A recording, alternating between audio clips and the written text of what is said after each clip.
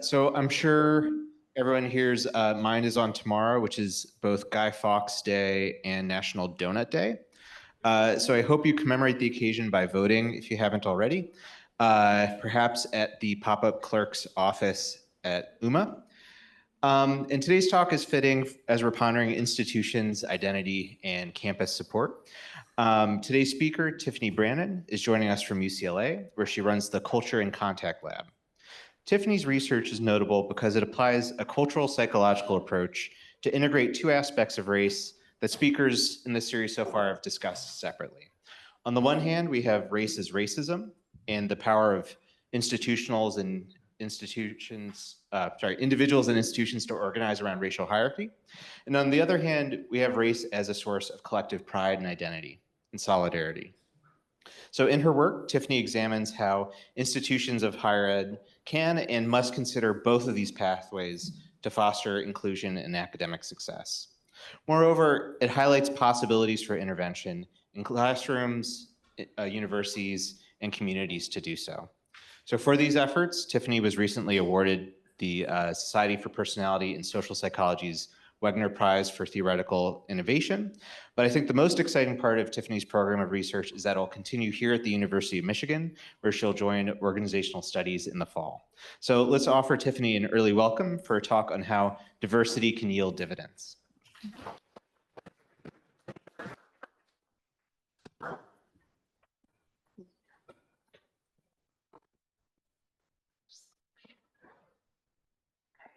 Ready. Good afternoon. Good afternoon. All right.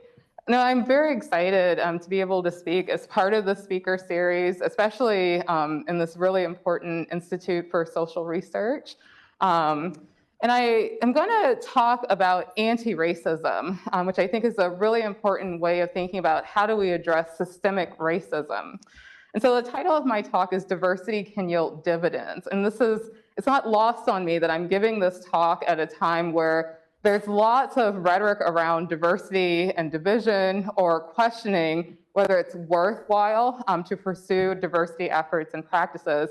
And so I want to share with you some of the research and the theorizing that we've done around this topic during this time. And so I'm going to spend quite a bit of time on theory and applied background. And I want to also share some of our data where we've looked at anti-racism, both exposure and attitudes in the context of vaccine hesitancy, of mental health and well-being outcomes, of intergenerational infant outcomes, as well as more recently in social network data, so looking at friendship groups. And so in all of those outcomes, I'm going to talk about positive outcomes and consequences for marginalized groups, as well as across group lines towards more historically and socially dominant groups. So we'll start with some theoretical and applied background. So this is a talk about anti-racism and inclusion. And so I want to start with some history, right? So what I have on the screen is a partial image from a very historical photograph that has strong relevance in this country. So this is in the context of Brown v. Board of Education. This picture is actually taken in Arkansas about 4 years after the Brown v. Board decision. And in some ways, we can think about Brown v. Board as being a policy decision that's designed to afford inclusion, especially for groups that had previously been excluded from mainstream institutions like schools.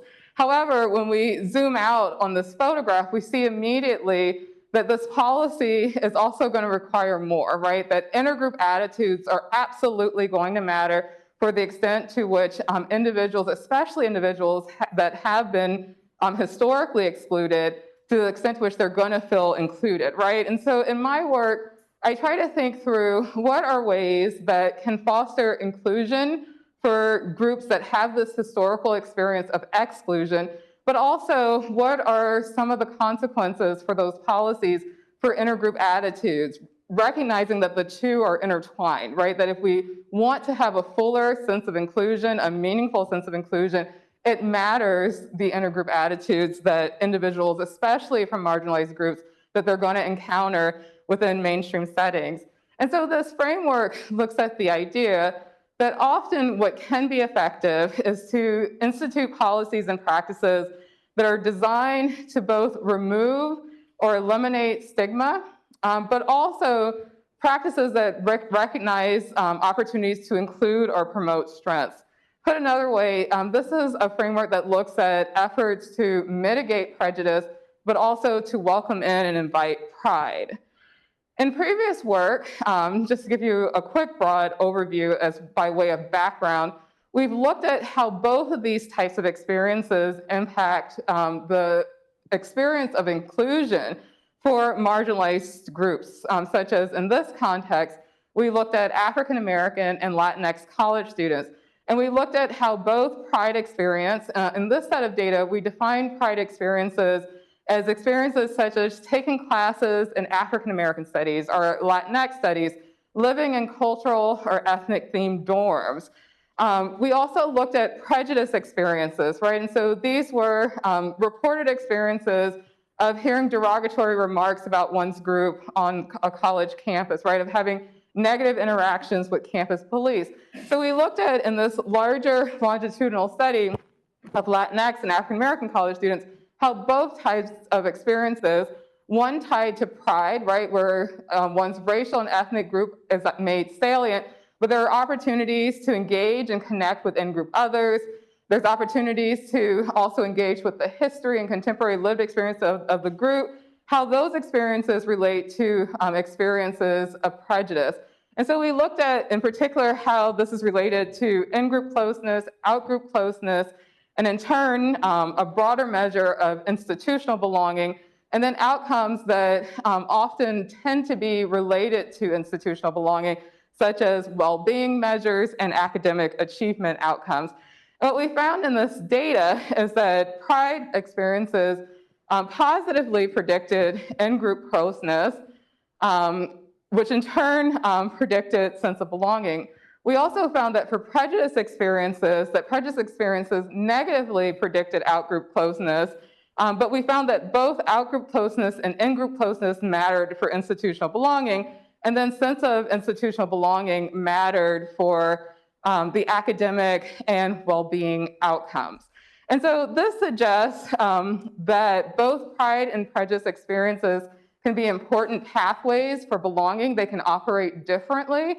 It also highlights the importance of both in-group and out-group closeness. So for example, a common critique of sometimes pride experiences on college campuses is the question of whether they might create enclaves, right? So people might feel a sense of belonging in those settings, but will that generalize to a broader sense of belonging to the campus? And so in these data, and consistent with other work, we find that it absolutely is a pathway to broader institutional belonging. So it suggests that both pride experiences and prejudice experiences can matter for institutional belonging.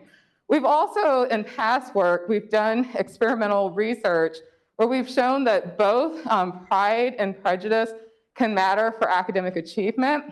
And so in this earlier work, what we did is we merged previous methods that had been shown to mitigate stereotype threat, right? So to basically help students not feel like they're going to be seen through the lens of a negative stereotype, and that have been shown to improve academic performance. We wanted to see, above and beyond those measures, what might happen if we randomly assign, in particular, African American college students to a scenario where they also get to engage with an inclusive curriculum practice. So something like evaluating a course that involves African American literature, like The Color Purple. How might that also impact academic achievement? And across several studies in this package, we showed that above and beyond mitigating threat, when there was this opportunity for cultural inclusion, that we improved performance for African American students. This was both on verbal problem-solving tasks as well as math problem-solving tasks. And so I mentioned by way of this theory that the theory is about thinking about groups that have historically been the target of marginalization, but also thinking about how do we deal with intergroup outcomes, right? That if we ultimately want a sense of inclusion, it matters how especially in mainstream environments, how intergroup attitudes are going to be directed towards targets. And one of the things that we've done in this theorizing is we've looked at how efforts to both mitigate and reduce prejudice and stigma, as well as to affirm pride, how that could have consequences for both targets as well as across group lines. And one of the things that we've theorized, and I'll show you some brief evidence of, is that these practices that do both, right, that address both pride and prejudice, that one of the things that they do is they have consequences for more dominant social group members in the sense that they can afford more positive intergroup interactions that are less riddled with anxiety, that are more tied to comfort and intergroup understanding, more positive attitudes towards thinking about structural solutions to inequality, and that they also can afford a greater sense of feeling identity safety and having more positive interactions for non-dominant group members, as well as stronger psychological engagement. And so in prior experimental work, we've shown that when we take efforts to foster intergroup contact that are traditionally designed to reduce prejudice, so things like having people work in small groups, following methods for optimal contacts, right? Giving people cooperative tasks to do together across group lines. When we merge those methods with opportunities to engage with the history, the contemporary cultural ideas that are associated with underrepresented groups, that above and beyond just to making efforts to mitigate prejudice, when there are opportunities to actually add pride in the equation, that we get more positive implicit intergroup attitudes, and we also get effects, even in brief interactions, that last up to 6 months later. And we've also shown that across group lines, even curriculum practices, such as learning about the culture and the experiences of groups that one is not a part of, in particular learning about marginalized groups, above and beyond just having mere contact across group lines, that these efforts are associated with more positive intergroup attitudes. And so in the work, the newer data that I'll present today, I'm going to talk more explicitly about anti-racism efforts that could be tied to organizations like Black Lives Matter.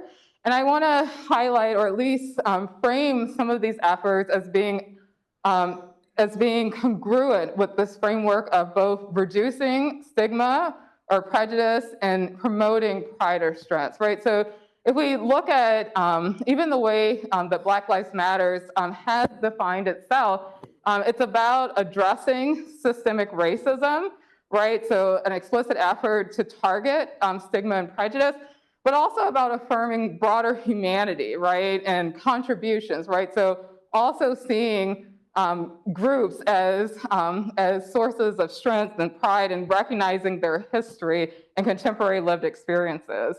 And so I want to do an exercise to highlight the power of not just anti-racism movements like Black Lives Matter, but also the power of bearing witness to protests like the Black Lives Matter movement. I recognize we're a few years out from the height of BLM, but I also want to highlight some features of these anti-racism efforts that could make them potentially powerful for shifting ideas about inclusion and intergroup attitudes.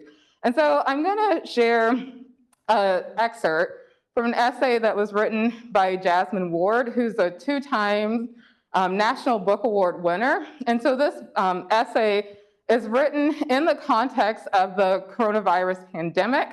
It's also written in the context of the author reflecting on the death of her husband who died of COVID, but also the experience of witnessing the BLM protests and what that means.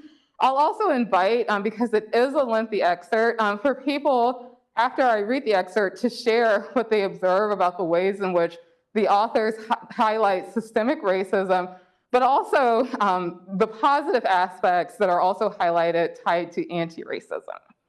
So I'll start sharing. All right. Right. And so this is an excerpt from Ward's essay in 2020. It reads, "Did you see it?" My cousin asked me. "No, I couldn't bring myself to watch it," I said. Her words began to flicker, to fade in and out. "His knee," she said. "On his neck," she said. "Couldn't breathe," she said. "He cried for his mama," she said. "I read about Ahmaud," I said. "I read about Brianna." I don't say, but I thought it. I know their beloveds wail. I know their loss burned their beloveds' throats like acid. Their families will speak, I thought, ask for justice, and no one will answer, I thought. I know this story. Trayvon, Tamir, Sandra. Because I said, I think you told me this story before. I think I wrote it. I swallowed sour. In the days after my conversation with my cousin, I wrote to people in the street. I woke to people in the streets.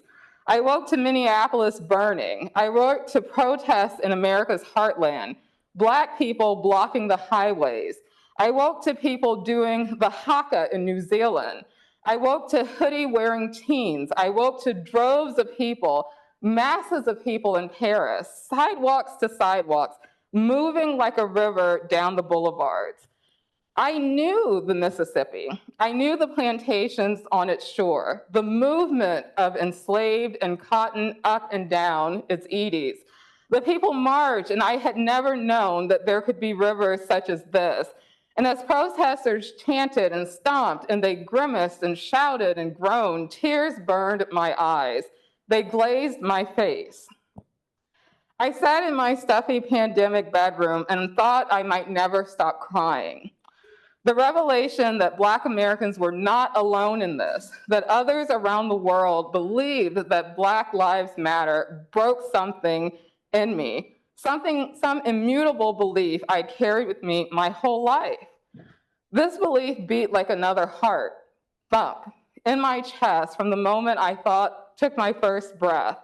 As an underweight 2-pound infant after my mother, ravaged by stress, delivered me at 24 weeks. It beat from the moment the doctor told my Black mother her Black baby would die. Thump. That belief was infused with fresh blood during the girlhood I had spent in underfunded public school classrooms, cavities eating away at my teeth from government-issued block cheese, powdered milk, and cornflakes. Thump. Fresh blood in the moment I heard the story of how a group of white men, revenue agents, had shot and killed my great-great-grandfather, left him to bleed to death in the woods like an animal. From the second I learned no one was ever held accountable for his death. Thump. Fresh blood in the moment I found out that the white drunk driver who killed my brother wouldn't be charged for my brother's death, only for leaving the scene of the accident, the scene of the crime. Thump. This is the belief that America fed fresh blood into for centuries. This belief that Black lives had the same value as plow horse or a grizzled donkey. I knew this, my family knew this, my people knew this, and we fought it, but we were convinced we would fight this reality alone. Fight until we could know more, until we were in the ground, bones moldering, headstones overgrown, above the world where our children and children's children still fought, still yanked against the noose, the forearms, the starvation and redlining and rape, and enslaved and murdered and choked out. I can't breathe. They would say, I can't breathe, I can't breathe. I cried in wonder each time I saw protests around the world because I recognized the people. I recognized the way they zipped their hoodies, the way they raised their fists, the way they walked, the way they shouted. I recognized their actions for what it was, witness. Even now, each day, they witness. They witness injustice. They witness our fight. The quick jerk of our feet, see our hearts lurk to beat again in our art and music and work and joy. How revelatory that others witness our battle and stand up, that they go out in the middle of a pandemic and they march. Okay.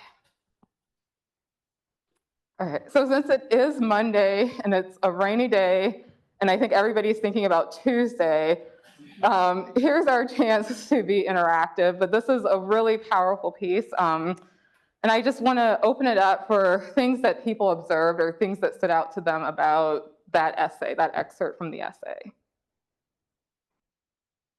There's lots to observe, and it's literature, so that makes it beautiful because it means there's lots of interpretations.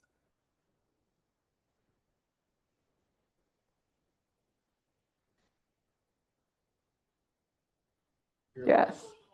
Oh, I can cold call. I mean, it just speaks to the systemic oppression of the multi-generational focus on going back to a great friend. Yeah. And still now, even in today's age, although racism has evolved and looks slightly differently, it's still kind of fighting the same issue, the same core problem. Yeah. So there's evidence of it being systemic, right? We hear from the author a bit of family history, things that happened to her grandfather, things that happened to other relatives, right? There's even this way of looking like in the past, but also to the forward, right? Where she talks about children and children's children, right? Like this really long view of history. Other observations? Yes, thank you.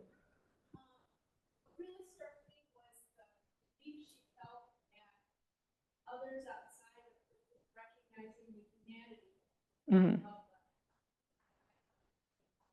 Yeah, so I think, thank you, right? There was something that really stopped the author, right? And that really shook the author in a positive way, right? Like at the reality that others were joining in, right, to protest, right? And yeah, finally, right? And so this was, and so it does highlight something about that particular moment, right, in the US, but also internationally, as the author points out, right? And also the lived experience of recognizing these injustices and maybe not seeing it being recognized in this intergroup way in the past, right? But then seeing it play out in this way, yes. The juxtaposition of the historical event with the sort of viscerality of the heartbeat pumping really brought it into the present. Yes, thank you. Like it's throughout the excerpt that I shared, there's a reference to the heartbeat, and there's the literary device of a thumping sound, right, of a heart beating, right? And so it also represents racism in some ways as a living entity, right? It's not just these disconnected pieces that happened in the past, things that are happening in one's family. It's something that's living, and she calls it new blood, right? So it's something that happened in the past and it's being fed, right? But then sometimes it's a literal heartbeat, right? So she talks about very specific inequalities, one that I'll talk about later in the talk when she talks about her own heartbeat of being a low birth weight infant born to a stressed Black mother. All right, so thank you for sharing. So now that I've woken up the room a little bit on this Monday, I want to get into a little bit of evidence that we have for this. Part of why I wanted to share such a lengthy excerpt from that essay is to highlight the ways in which protests like BLM can be a powerful symbol of anti-racism, but also to highlight ways in which even part of why they can be powerful is not just what they're signaling about intergroup potential attitudes, but also the ways in which they're making more salient ideas, the ways in which groups think about themselves, right? Because one of the things that she does is she talks about what her group already knew, right? So there is this different shared realities. And so I want to move to talk about anti-racism exposure. So this is going to be explicitly BLM. Attitudes, and first, vaccine hesitancy.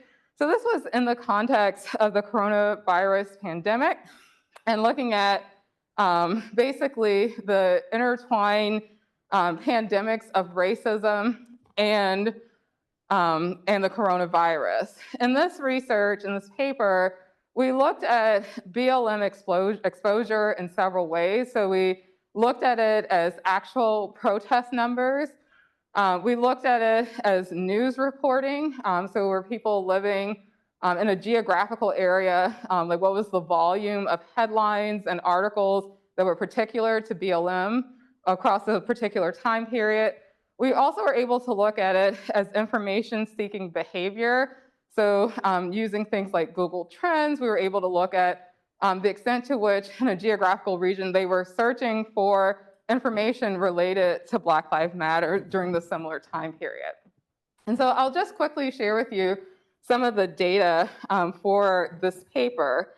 In this paper, we were looking at, for this first set, we were looking at using Pulse Household Survey, how just very macro level BLM exposure. So if we took a composite across these different ways of looking at exposure to BLM, whether it was actual protest numbers, news reporting, as well as information seeking through Google, one of the things that we found is that controlling for a variety of covariates, that BLM exposure, that it was negatively associated with vaccine hesitancy amongst racial and ethnic minorities. So this is a sample of about almost 82,000 racial and ethnic minority individuals in the United States. We also were able to show a similar pattern for white Americans, right? So there was this negative association between these BLM indicators and vaccine hesitancy. In that same paper, we were also able to look at it as more individual attitudes, so to look at individual attitudes towards BLM, as well as to look at vaccine attitudes as well. And we were able to replicate the prior associations with the larger macro data, but also to show that one of the partial mediators for this association was pro-social intergroup attitudes.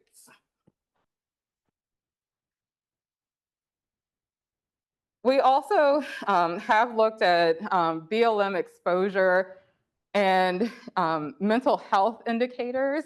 And this was a really important area for us to look at, in the sense that we wanted to look at the parallel of racism and anti-racism. So there's lots of prior research that has shown that at a macro level, large-scale events tied to racism can harm individual level or county level health indicators.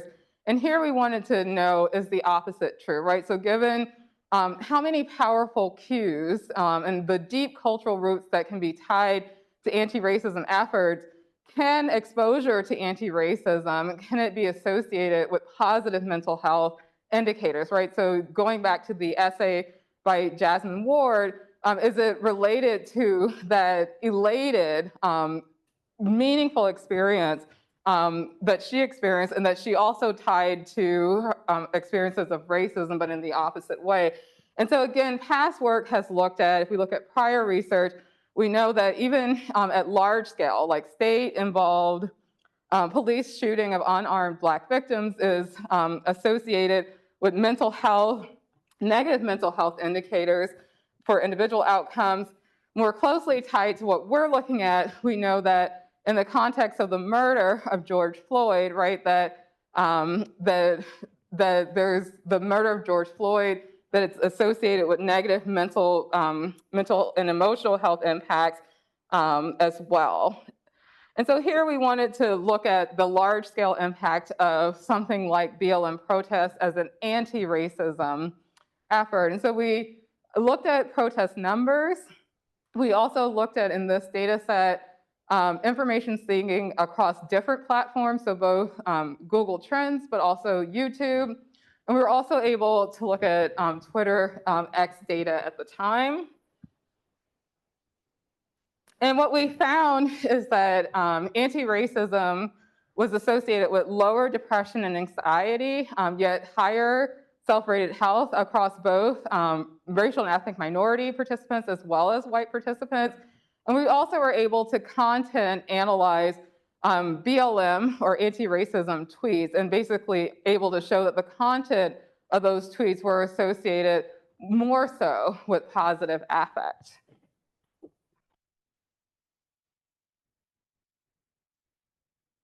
I'll share with you now some data where we look at intergenerational infant infant outcomes. So this is both looking at low birth weight and infant mortality outcomes. And so this is, again, directly tied to the essay that we just listened to, right, where verbatim the author is talking about the experience of being an under low birth weight infant. And we know that when individuals are born with low birth weight, it's a huge risk factor for a variety of immediate and lifelong health consequences. And so in this data, we were interested in looking at whether anti-racism could be associated with actually positive intergenerational health outcomes, right? And so this work follows research that some that has actually been done at the University of Michigan that looked at large-scale negative race-related events. So in this case, an ICE raid, an ICE immigration raid, so a stressful event that was particular, had different consequences depending on racial and ethnic group membership. And in this work, prior work had shown that this event that happened in a specific geographical location like Iowa, the stressful event, that it had intergenerational effects, right? That it impacted the birth weight of individuals that weren't even alive when the event occurred, right? So this is what we're talking about, how systemic racism is, right? This is something that gets passed down to children. It's intergenerational.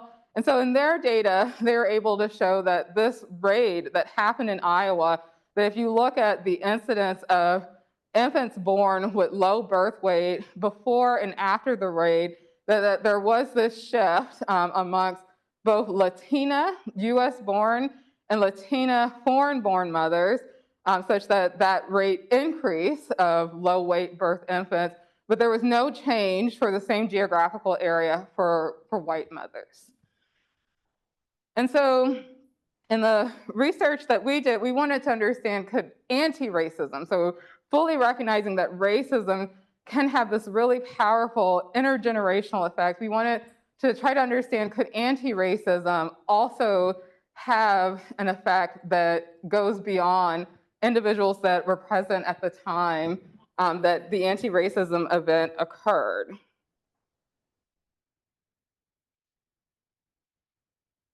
And what we found in this data is that we found that among African Americans, that BLM support, again, we measured it in multiple ways, both as protest numbers, like engagement with information-seeking behavior, that this was associated with positive health indicators, mental health indicators, and in turn, infant health outcomes. So at the county level, a lower incidence of low birth weight infants, lower infant mortality. This was controlling for a variety of factors, including negative implicit attitudes as well. So this was above and beyond prejudice. We found for white Americans in the sample that, that BLM support was also associated with more positive mental health indicators, but it was related to a lower incidence of infant mortality, yet it wasn't meaningfully associated with low birth weight, right? And so one reason why we wanted to look at both outcomes amongst African Americans and white Americans is, again, given so much rhetoric around zero-sum outcomes of trying to understand, do outcomes that benefit one group, do they have to come at a harm to another group? For us, this was some evidence that there's non-negative impact across group lines, but absolutely positive outcomes for a group that has a long history of inequality. All right. And so some of our more recent data we have looks at social network, right? So we're looking at intergroup friendships and pro-social volunteering. And so in this work, we're looking at diversity curriculum practices. And so particularly at the college and university level, we're looking at degree programs that are tied to race, ethnicity, and gender studies. So this would be degree programs in African American studies, Latinx, Chicano studies. We also had an opportunity in this research to look at look at high school level data as well, to look at classroom censorship measures, right? So there are several states that have taken actions to limit what can be taught in K through 12 education. And so we wanted to know in this research whether state level legislation / policies that restrict diversity curriculum practices, how might they be associated with social connection. And our outcome variable here is we're looking at, because it's making use of basically Meta, formerly Facebook data, right? So this is actually looking at people's social networks, like who are they friends with? In the data, we're able to look at it as friendships across people with different social economic backgrounds. And so this is something that has been associated with social mobility. It's often something that educational institutions care about, like, because often institutions want to be gateway institutions that connect people across different social class backgrounds. So we looked at economic connectedness, which in this study was just defined as the extent to which using people's metadata or Facebook data, the extent to which they had friendships across different social economic backgrounds. And then there also is a measure of pro-sociality / volunteering. This also comes from the social network data. And this is the percentage of the organizations that they were involved in on the platform that are volunteering or activism organizations. All right. And so when we looked at the presence of diversity degree programs, this was looking at this at the college level, right? So every data point in the sample is a different college or university. And so we had, when we were looking at, for example, economic connectedness, 2,319 colleges and universities in the United States. We were able to covary for other factors such as the amount of financial aid resources at the institution, the demographics of the institution, whether the institution was a 4-year or 2-year institution, whether it was a public institution, its rural status, whether it was a minority serving institution, as well as the overall undergraduate population at the institution.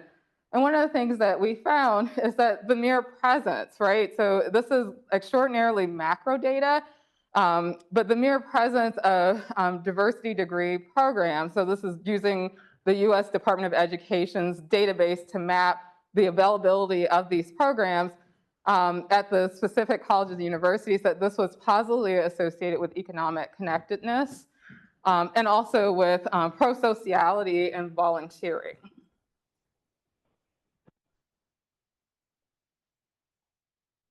When we looked at the opposite, right? So the presence of diversity bans. So this is a switch. This is looking at for high schools. And this is again because of the data that we had for the social networks. This is from 2022. And these were bans that went in effect by 2021 to be included in this data set. And one of the things that we found is that the presence of diversity bans was negatively associated with economic connectedness. And this is a sample for economic connectedness of a little bit over 14,000 high schools in the United States. And we found no association for pro-sociality / volunteering.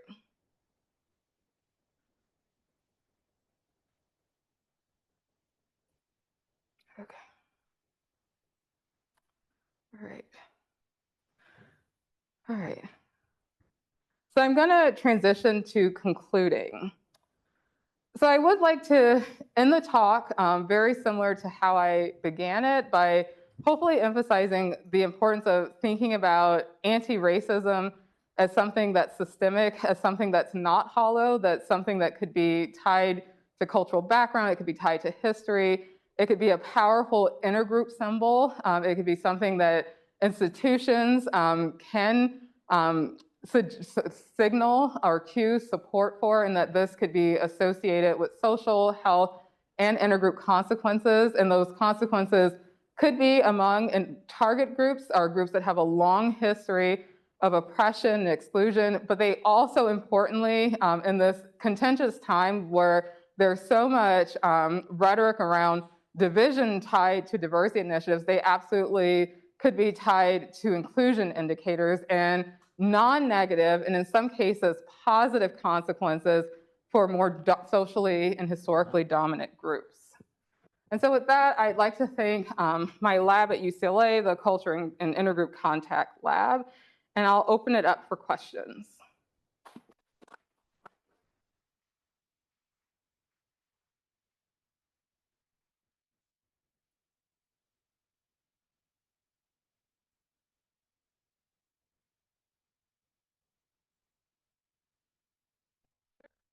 Sorry, the Q&A.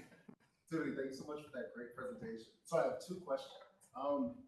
The first is more of like a methodological question. Sure. So I saw in the one study where you like pulled the tweets off of Twitter, 144 billion tweets, you conducted a content analysis. I'm curious here, how did you analyze 144,000 billion tweets? I'm assuming like AI was involved essentially in some of that? Yeah, so we use linguistic software to get at that, right? To get at like the semantic meaning of the tweets. Yeah, but it was a nice opportunity to just look at like a really large scale, because one of the things, of course, similar to the essay, right, that we all listened to by Jasmine Ward, is that the height of these protests was also during COVID, right? So during lockdown, and so one way that people were sharing information tied to BLM, importantly, was through social media, right? And so for us, we really wanted to try to see, well, what was going on with the content of those tweets.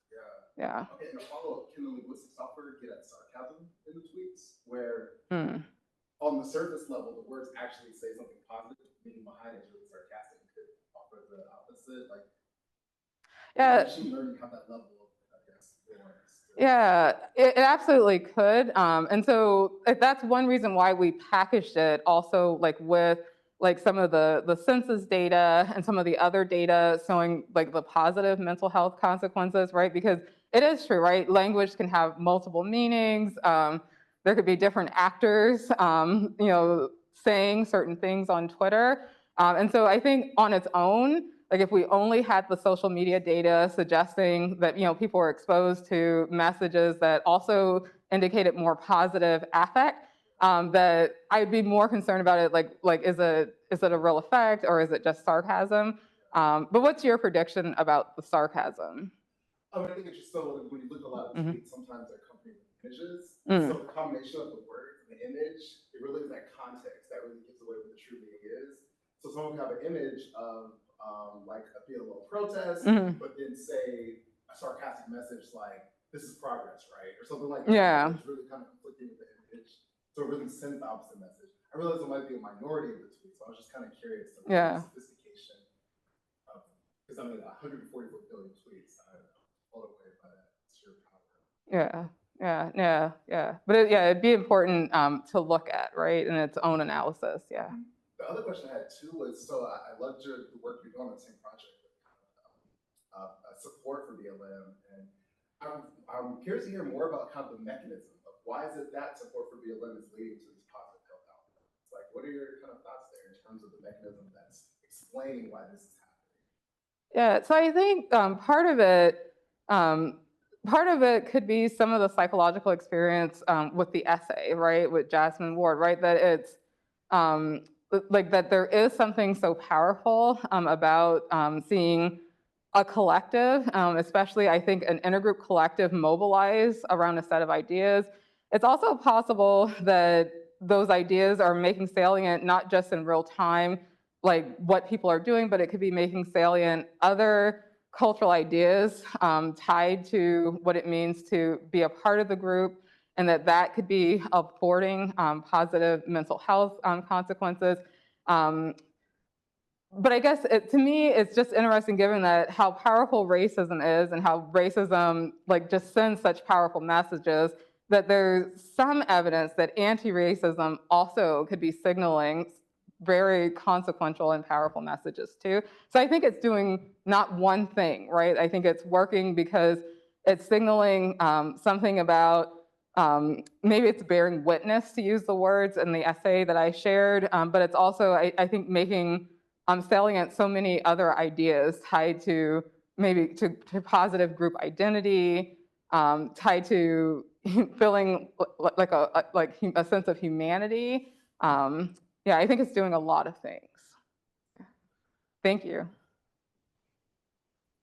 Your information is highly persuasive, but we have these legislatures all over the country that are passing these bans on what certainly amounts to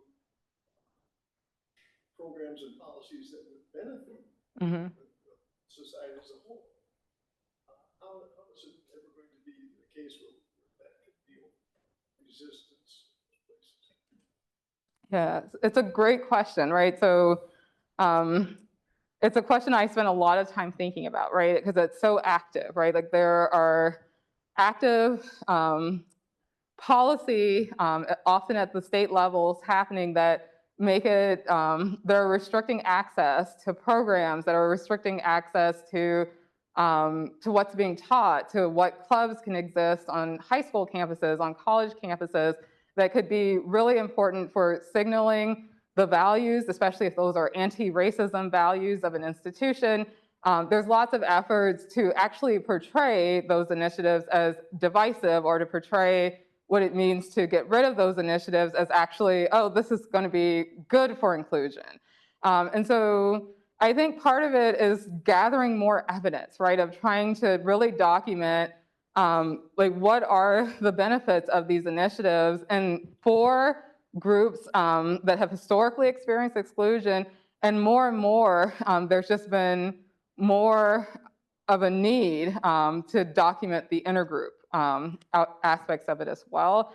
I think a lot of it is misinformation, right? Because often, and often it's not well intended, but a lot of it is misinformation, such that like what it means to ban certain classes is often thought about as like, oh, it must be so horrible to take those classes. Everybody just must feel so sad. It's only a history of oppression, which totally denies, right, like the agency and the history and the culture and the contemporary lived experiences of often the groups that are excluded in these bans. And so often what's needed is more, I think, more evidence and more advocacy and more truth, because often those bans are based in stereotypes, right? That all of the classes are like, they just make everybody feel bad and they're harmful to everybody, when in fact, the data, not just my data, but other people's data, squarely suggests the opposite. It seems one of the arguments that people like DeSantis make for their programs is that white children are being made to feel that they're responsible somehow for the history of their ancestors.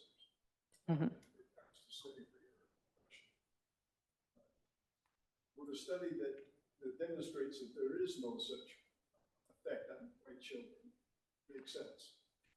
Yeah, so I think a study like that could make sense. It also, I think, it would make a lot of sense to actually look at the content of a lot of these curriculum practices in the text, right? Because I think they would actually mirror like what was seen in the tweets, right? In the sense that that they're often, I don't want to portray them as being only about positive, right? Because there's a lot of pain, there's a lot of suffering, but there's also a lot of agency and a lot of call to action, right? And so the goal of a lot of these curriculum practices isn't to make anybody feel as though there's nothing to do. In fact, anti-racism efforts are often about being active, right? And saying that, hey, there's not something in the past where it's about blame and about let's feel only bad about that, but what can we do, right? It's about a doing, it's about a moving forward. I also think, so in one of my wildest dreams, I also think there's really important lessons, although my interest is more in thinking about the experiences of underrepresented groups. I think for more socially dominant groups, when we think about other social issues that are happening where there are issues of widespread loneliness and depression, that I think there's lessons to be learned from deep engagement with the history and the survival of groups that have had to contend with oppression and still survive, right? That I think that part of what happens with privilege and dominance is that there could be missed opportunities to learn certain skills that actually could be helpful in times like we're in, or in times like the pandemic, where everybody, either there was adjustment or there was a lot of frustration to not being able to have everything be within your control, right? And so I think,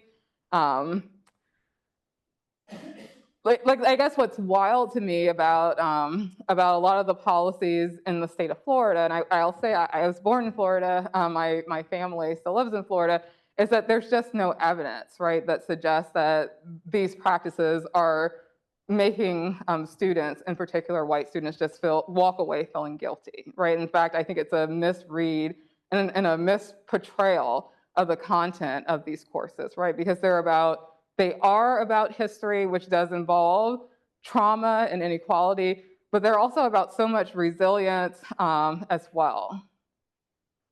Yeah. And as well as information that exists outside of the United States. Yeah. Yes.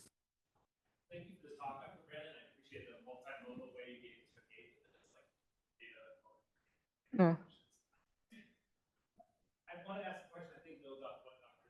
was asking before. And I was thinking too about the paper we were linking anti-racism to mental health consequences and portray. Mm-hmm. A little bit nuanced question. Is that I'm trying to discern whether in that study or in research, are you thinking of anti-racism more as like a belief or as an action, some of both? Because I can think about the mechanism differently, really, what I believe. So I guess the core of my question is, in that study or broadly, do you think of anti-racism? The emphasis of your work has been more my belief, my cognition about it, or more like actionable? So I think it's likely how all of that's intertwined, right? I think that individuals, especially individuals who are from marginalized backgrounds, often have beliefs that would be consistent with anti-racism, but it's not often that there are actions that happen, especially at large scale, that signal that these beliefs are shared, that other people are seeing these beliefs. And so I think it's that interaction, right? In some ways, it kind of goes back to that essay, right, of the author, saying, hey, this is what my family knew. This is why we were fighting. This is why we were going to keep fighting. And now other people have joined us in fighting this, and that being revelatory. So I don't think it's one or the other. I do think it is individual beliefs, but I also think it's the interaction of what's being signaled when it's happening across intergroup lines, or when these ideas are being institutionalized.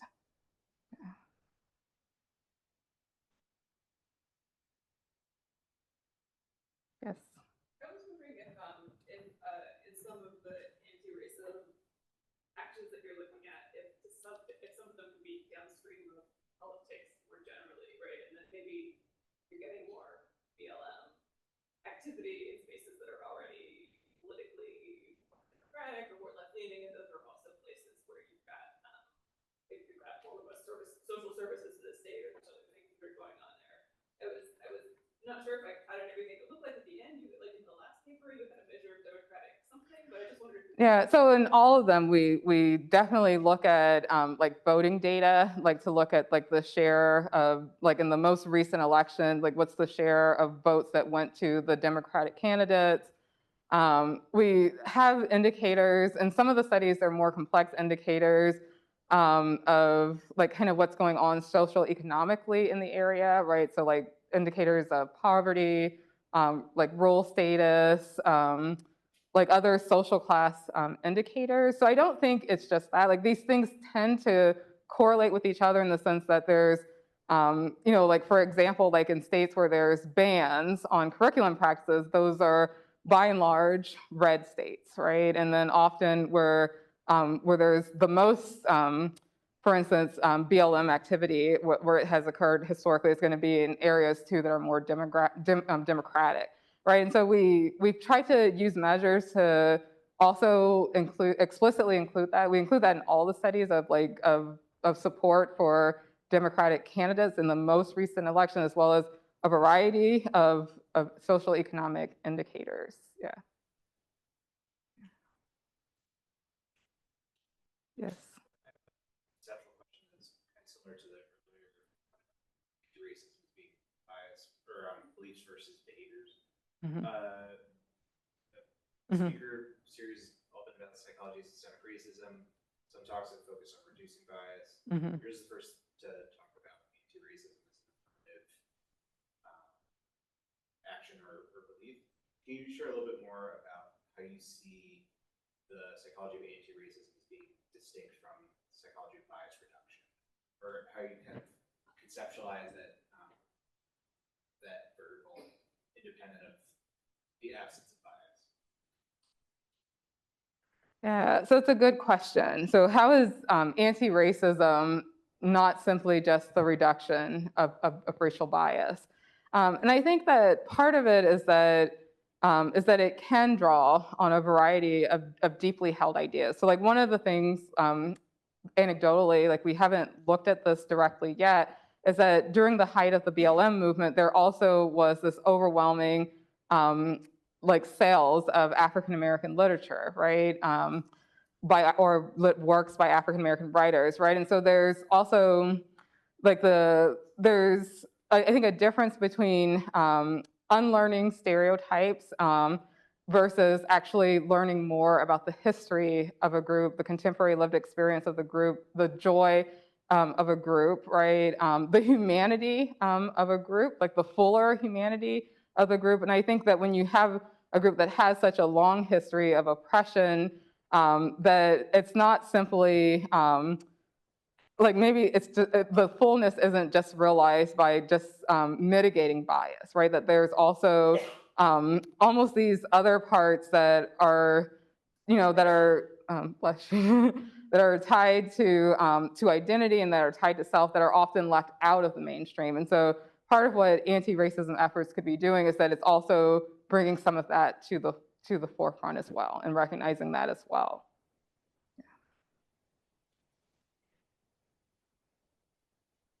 I